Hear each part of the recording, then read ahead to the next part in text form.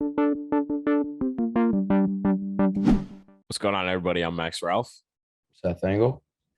back for another 1-0 podcast. We're getting close. Yesterday, Saturday, was week 0 of college football, and I tell you what, it got me pretty excited. Watched all of that Northwestern Nebraska game. That was an experience. For James Franklin's sake, I hope he doesn't kick an onside with an 11-point lead in the third quarter anytime this season. But Hey, you never know. that was an experience. But today we're continuing our preview stuff. We're gonna be rolling these out pretty much every day until Purdue now. Today we're rolling with defensive line. This is a fun group, in my opinion. Like last season, we didn't know what we were gonna get from the Penn State defensive line. We had it was the question mark throughout the entire offseason. And then we got to the season and they were phenomenal for the first half until PJ Mustipher went down. And then, it changed a little bit, struggled against the run in some situations. I mean, you think back to the Chase Brown outburst against Illinois, but overall, the defensive line outplayed our expectations. And now this year, it's almost entirely returning starters. So I think there's a lot to like on this defensive line. Right. Well, I think PJ Mustipher's injury, as much as that kind of derailed the Penn State defensive line, I think the way that they were able to kind of stick together through that and they didn't completely fall apart, that kind of held hope for what would happen when he did return. And, if he returned, and now he is returning. Right. And that defensive line looks great. Yeah. And this is a defensive line that didn't have Adisa Isaac last year, didn't have Chop Robinson. Yeah. It's going to be fun. Honestly, I think this is going to be one of the stronger units on the team in general. Yeah. Well, and when we already talked about how strong the secondary is going to be, then you patch these two together and it's okay, well, this defense has some potential this year.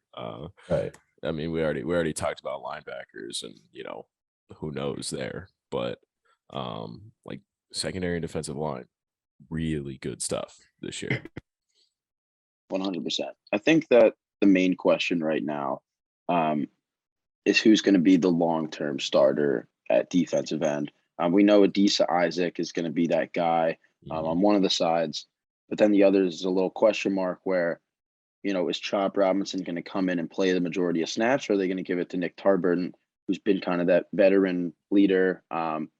He played a lot last year. Are they going to give it to him, or maybe it's going to be split snaps for at least the first half of the year? Yeah. I think Tarburton will get the first snaps when Penn State heads to Purdue Thursday night. But here's the problem with playing a tough conference opponent so early in the season. I think Nick Tarburton, is who they would want to start for the first game. If you were playing a Wyoming for the first game, Tarburton would get the majority of the first snaps. Now the problem is you don't have that tune-up game to see okay, did Tarburton take the step we wanted him to, or is Robinson ready faster than we may have expected him to? I mean, remember, this guy's only still a sophomore. Chop Robinson hasn't played a ton of football. So you don't know for sure, but now playing Purdue week 1 presents that challenge where you got to know right away who's going to put you in the best position to win. I think Tarburton will come out as the starter. But from there, it's just going to entirely depend. It's the same way people talk with running backs. They're going to go with a hot hand, I think, between those two. And I think throughout the season, no matter what ends up happening week 1, they're both going to play a lot. Yeah, and I think that kind of rotation, I think, is going to we'll see that more in the other positions on the D line too. We heard from PJ Mustipher, and we also heard from Manny Diaz this year, and they were saying, we could see a handful of guys come in one game. More than we've seen in the past. And that could have to do with the transfer portal as well, when you take into account that when guys aren't playing, they might hit the transfer portal right away. So they have to, develop, younger guys and, less experienced guys early on. Right. Some guys that I think are going to make a huge impact this year, maybe not necessarily because of that, but could have something to do with it. I'm really liking Hakeem Beamon. I think this is the guy that's drawn a lot of hype. He was out last year with, something. He won't admit Yeah, to it, which is we whatever. yeah, He was out last year, whether it's an injury or disciplinary issue. He's back and he looks absolutely massive. looks good. Um, Yeah, yeah, it's funny because Franklin was talking about the challenges for Hunter Norzad, who came over from Cornell, talking about how it's so different facing off against a guy like Hakeem Beeman rather mhm, than these defensive linemen that Norzad was having to face in the Ivy League. I thought that was an interesting example of just a guy who is kind of a superhuman build. If you stand right yeah. next to him, he's just absolutely massive, and he's drawn a lot of praise. So I think he's a Mhm. guy that could come in maybe in that second defensive tackle spot and make a big impact. Yeah, I do. I think I like Beeman to be the starter alongside Mustafa at first. But again, you mentioned the rotations here.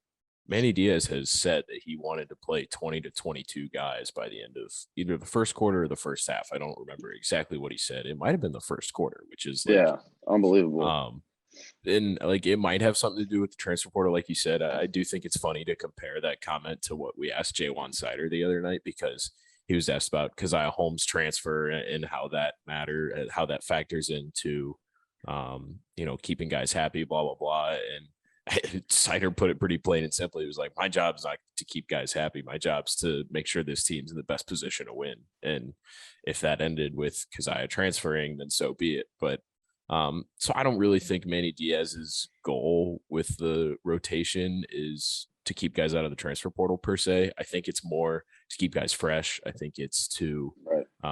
keep the offense on its toes. But the great thing with the defensive line is that there's the depth to do that and Right. still keep guys fresh. And you don't have to go to your second string guys and worry that you're going to give up a big play.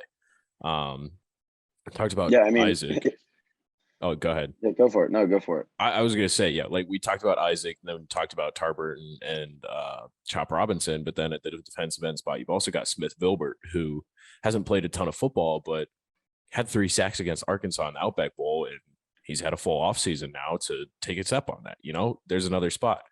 We talked about Hakeem Beeman already. I like him as the second starting defensive tackle, but then behind him and PJ, like Keziah Izzard and Devon Elise just played an entire half of a season as the starting defensive tackles with Beeman and Mustafa gone. Like you've basically got 4 starting defensive tackles there. Like Yeah.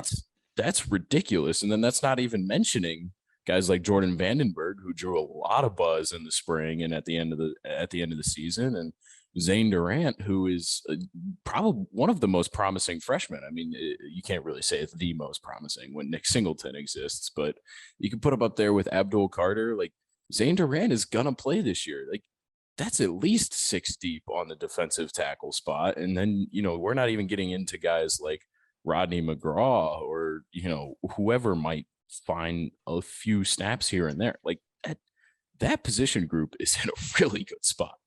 Yeah. Well, when I look at Penn State's defensive line, I see 3 starting defensive lines just throughout the roster, which goes back to your depth and that whole rotation. Mhm.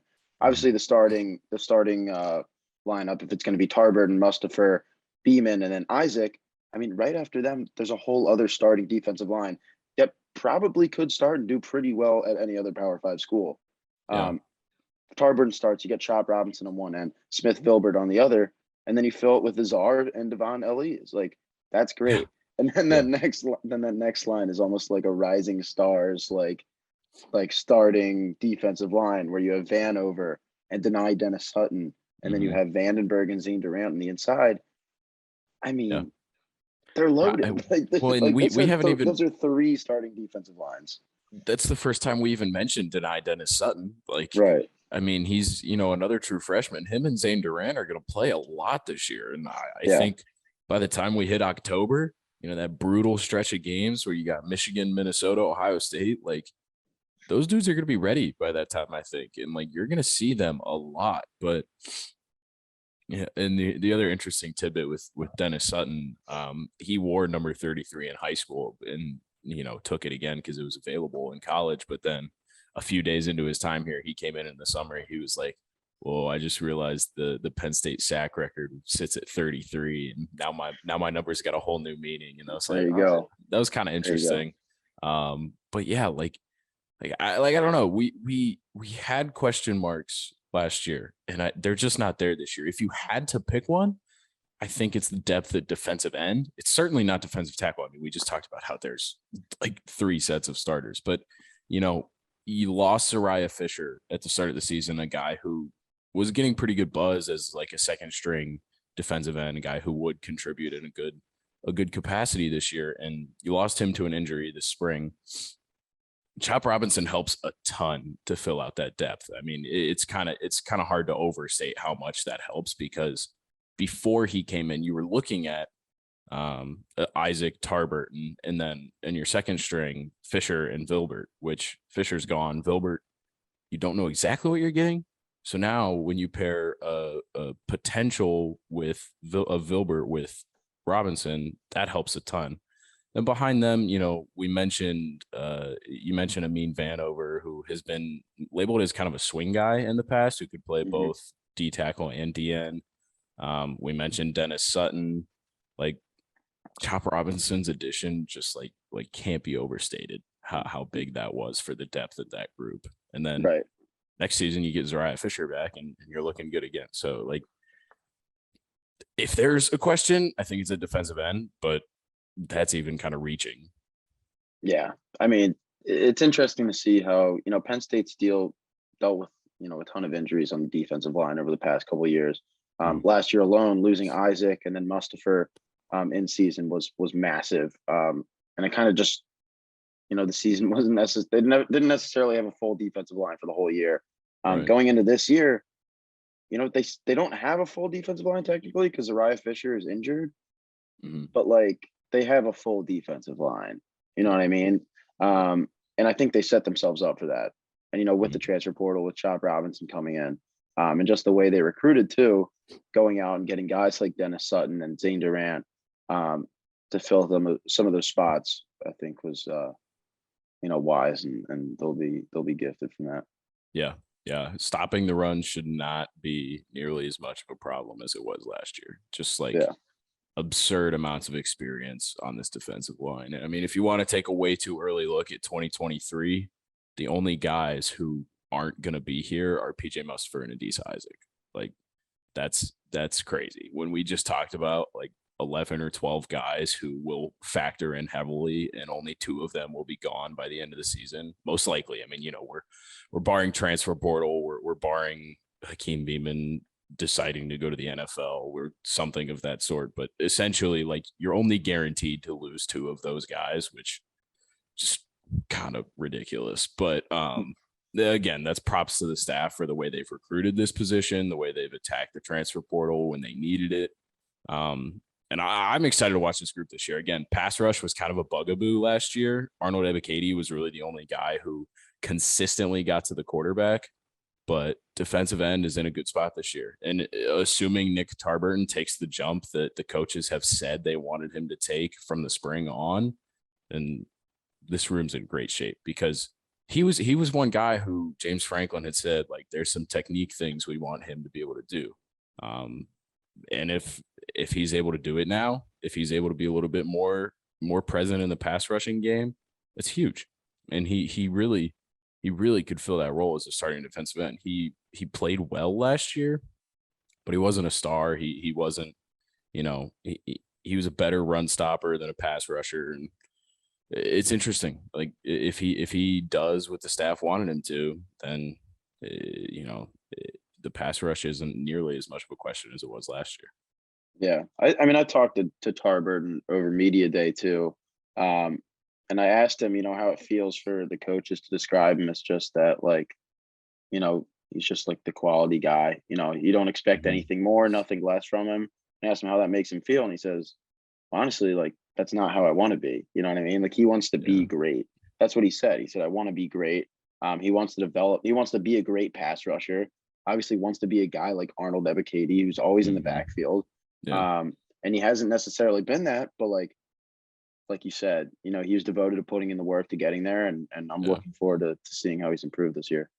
Well, and I mean he's a converted linebacker too. He Right. wasn't always a defensive end. He's dealt with injuries. He missed parts or most of 2 years with injuries. So he's certainly one to watch and had a solid season last year, and could end up being like an X factor for this defensive line this year. Right. Yeah, but I think that's it for us. Defensive line is a fun one to preview just because there's so much potential here. We'll be back tomorrow, I think, with, don't quote me on this, but I think running backs is what we're doing next, which should be an interesting one. We'll have a lot of discussion there, but yeah, keep tracking with us online at collegian.psu.edu and on Twitter at PSU Footblog and at 1-0 Pod. Peace out.